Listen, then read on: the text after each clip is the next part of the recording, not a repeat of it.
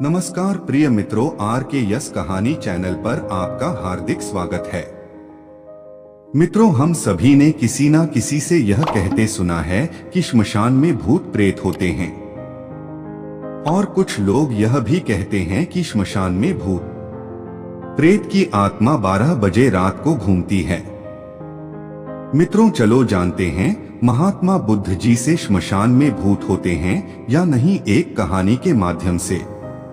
जो भी व्यक्ति गौतम बुद्ध का शिष्य बनकर बुद्ध के साथ रहना चाहता है और बुद्ध की शरण में आना चाहता है, तो बुद्ध जी कुछ लोगों को बुद्ध बिना परीक्षा लिए ही स्वीकार कर लेते थे और आश्रम में रहने की अनुमति दे देते हैं। पर कुछ व्यक्तियों को वो कह देते कि जाओ, पहले एक दिन और एक रात शमशान में गुजार कर आओ। एक दिन एक व्यक्ति बुद्ध के पास आया और उसने बुद्ध के आश्रम में शामिल होने की इच्छा जताते हुए कहा, हे गुरु जी, मैं आपका शिष्य बनना चाहता हूँ। बुद्ध ने कहा, तुम्हें मेरा शिष्य बनने के लिए एक दिन और एक रात पूरा शमशान में बिताना होगा, और वहां पर तुम जो कुछ भी देखोगे, जो भी महसूस करोगे, मुझे आकर बताओगे, तब उसके बाद ही तुम आश्रम में शामिल हो पाओगे। गौतम बुद्ध की ये बात सुनकर वो व्यक्ति घबरा गया और उसने बुद्ध से डरकर कांपती आवाज में कहा, गुरु जी, दिन में तो ठीक हैं, लेकिन रात में शमशान में रहना बहुत खतरा है। बुद्ध ने कहा, कैसा खतरा? व्यक्ति ने कहा, वहां भूत प्रेत होंगे, वो मुझे पकड़ लेंगे और जान से मार देंगे या तो मेरा जीवन नर्क बना देंगे। भूत प्रेतों का खौफ उस व्यक्ति के चेहरे पर साफ दिख रहा था। बुद्ध ने कहा, क्या तुमने भूत प्रेत देखे हैं? व्यक्ति ने कहा, नहीं, पर मैंने सुना बहुत हैं, और कुछ ऐसे लोगों को जरूर देखा है जिनमें भूत आ जाते हैं और उन्हें परेशान करते हैं, अजीब अजीब हरकतें करते हैं। इस पर बुद्ध ने कहा, फिर तो अब तुम्हारे पास ये अच्छा मौका है ये जानने के लिए कि क्या सच में भूत प्रेत होते हैं या नहीं। तुम एक रात शमशान में व्यतीत करो, वहां पर तुम्हें कुछ ऐसा लगे कि वो भूत हैं, तो देखना कि वो कैसा दिखता है, और यदि ऐसा कुछ ना हुआ तो तुम यह जान पाओगे कि भूत प्रेत जैसी कोई चीज नहीं होती है। इस तरह पूरी रात तुम जो भी अनुभव कर पाओ, वो सब कुछ सुबह मुझे आकर बताना। बुद्ध की बातों को सुनकर वो व्यक्ति तैयार हो जाता है। व्यक्ति बोला, ठीक है गुरु जी, मैं एक पूरा दिन और रात शमशान में गुजारूंगा। बुद्ध ने कहा, ठीक है, अभी तुम स्नान कर लो और आश्रम में जाकर भोजन करके आराम करो, और कल सुबह की पहली किरण के साथ ही शमशान पहुंच जाना। व्यक्ति को आश्रम में जाने के बाद बुद्ध ने अपने 4 शिष्यों से कहा कि वह व्यक्ति कल शमशान जाएगा, तुम सब उसके पीछे जाना और उस पर नजर रखना, पर ध्यान रहे उसे थोड़ा भी ना लगे कि कोई उस पर नजर रख रहा है।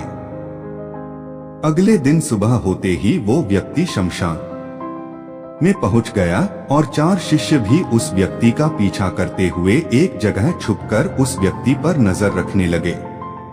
जब तक दिन था तब तक वो व्यक्ति शमशान में इधर उधर घूमता रहा, उसे काश वैसा कुछ भी अनुभव नहीं हुआ।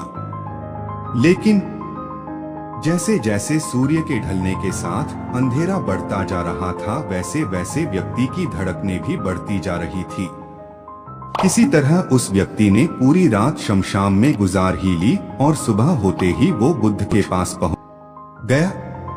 बुद्ध ने व्यक्ति से पूछा, बताओ शमशान में कैसा समय गुजरा तुम्हारा? क्या तुमने कोई भूत देखा और क्या क्या अनुभव किया? व्यक्ति बोला, गुरु जी, जैसे ही मैं सुबह सुबह शमशान में पहुंचा तो वहां कुछ घंटे बाद मुझे कुछ लोगों की भीड़ शमशान की ओर आती दिखाई पड़ी, जो एक अर्थी लिए आ रहे थे।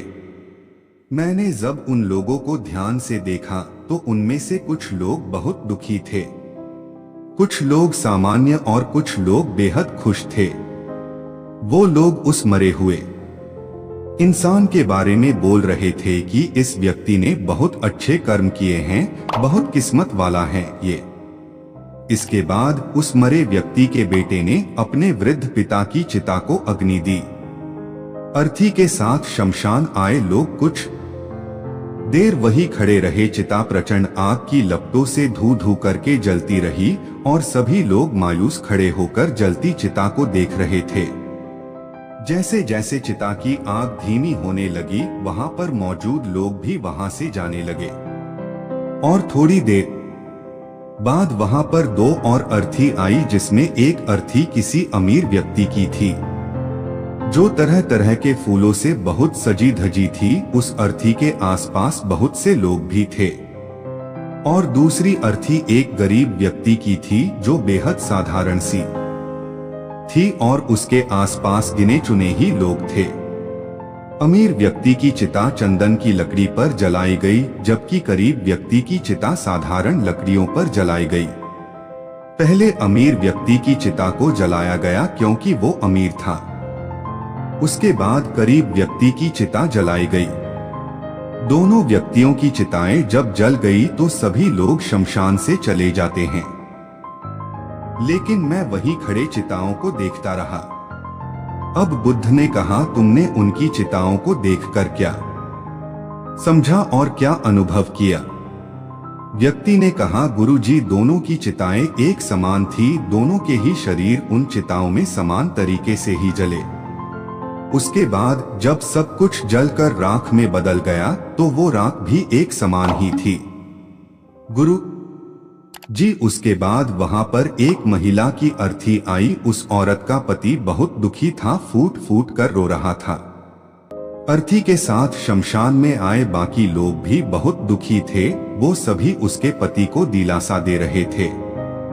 हे गुरुजी, मैंने उसमें देखा कि बहुत से लोग काफी बुद्धिमान थे, वो ज्ञान की बातें कर रहे थे।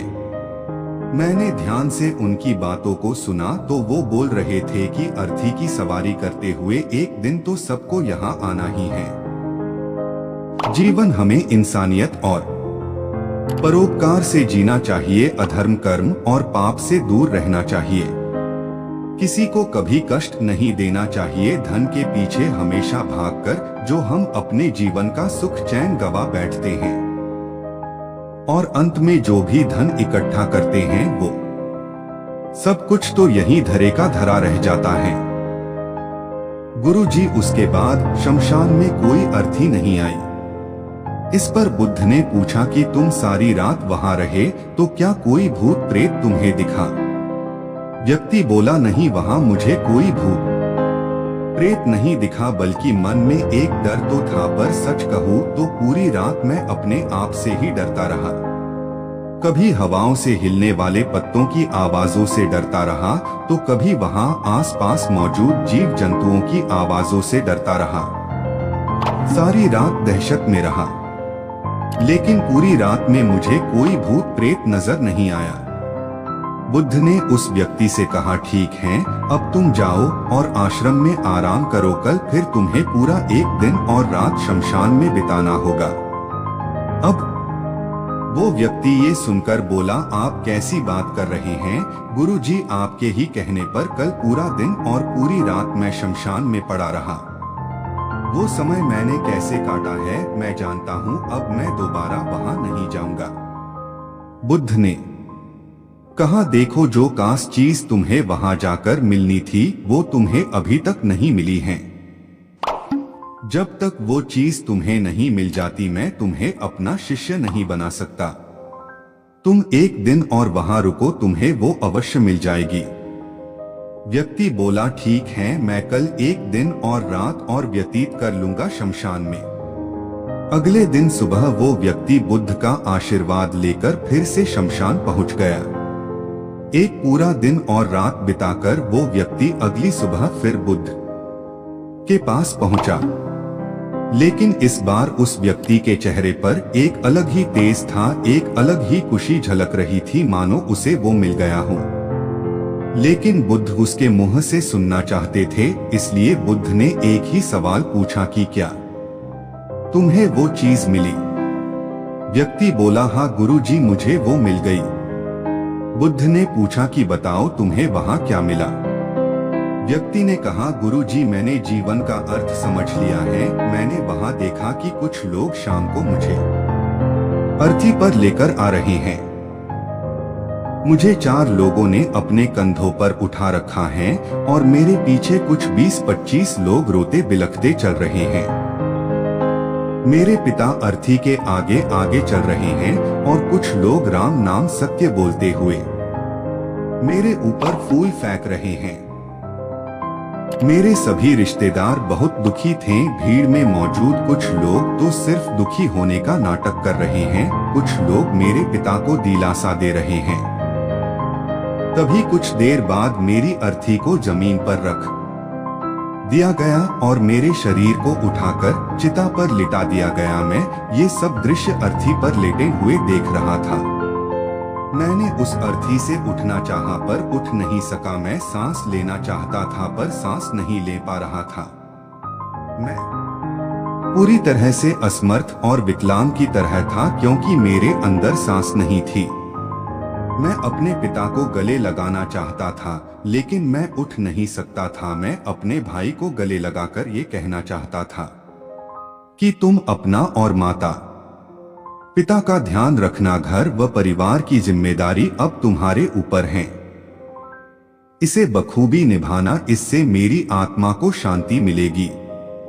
कुछ समय बाद मेरा मुंह कपड़े से ढक दिया गया और शरीर के ऊपर कई लकड़ियां रख दी गई। मुझे अब कुछ भी दिखाई नहीं दे रहा था।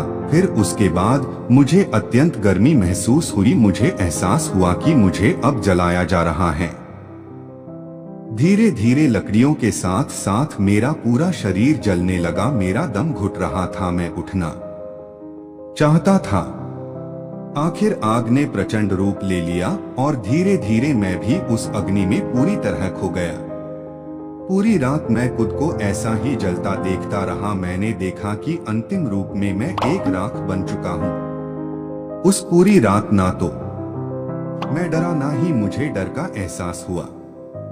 जब आंखें खुली तो एक तीव्र रोशनी मेरे आंखों पर पड़ी। मैंने देखा कि ये तो मैं हूँ, वो भी शरीर के साथ। मुझे बहुत खुशी का अनुभव हुआ। उसके बाद मेरे मन से ना जाने कितने ही भ्रम समाप्त हो गए और मैं आपके पास आ गया। बुद्ध मुस्कुराए और बोले कि तुम अब आश्रम में शामिल हो सकते हो क्योंकि तुमने अब ज्ञान रूपी उस बीज को प्राप्त कर लिया है जिसमें शरीर को भूलकर स्वयं को जानने की इच्छा होती है। इसी ज्ञान की प्राप्ति के लिए मैंने तुम्हें शमशान भेजा था, जहां अंततः तुमने ये जाना कि शरीर नश्वर है, नेत्रों से दिखने वाली हर चीज नश्वर है।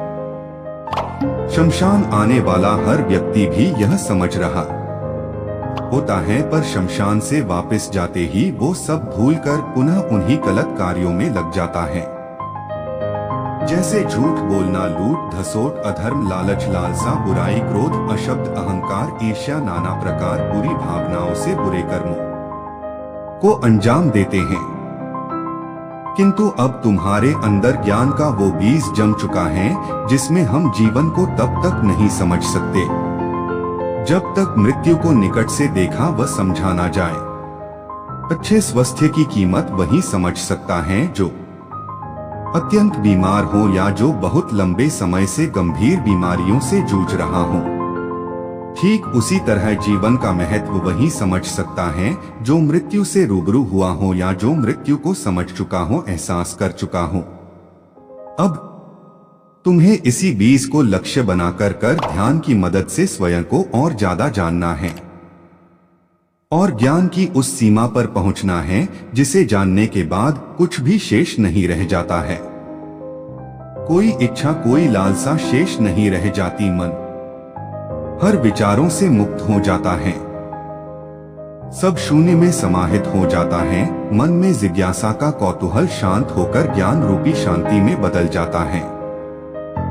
यहीं से परम शांति, सुख, सुकून का आनंद एवं अनुभव प्राप्त होना आरंभ होता है। तो दोस्तों, अगर आप भी भूत प्रेत आत्मा देखी है तो कमेंट करके जरूर बताएं। अगर कहानी थोड़ा भी पसंद आई हो तो लाइक करें और चैनल को सब्सक्राइब नहीं किया है तो अपने कोमल भावनाओं के साथ सब्सक्राइब करें। धन्यवाद।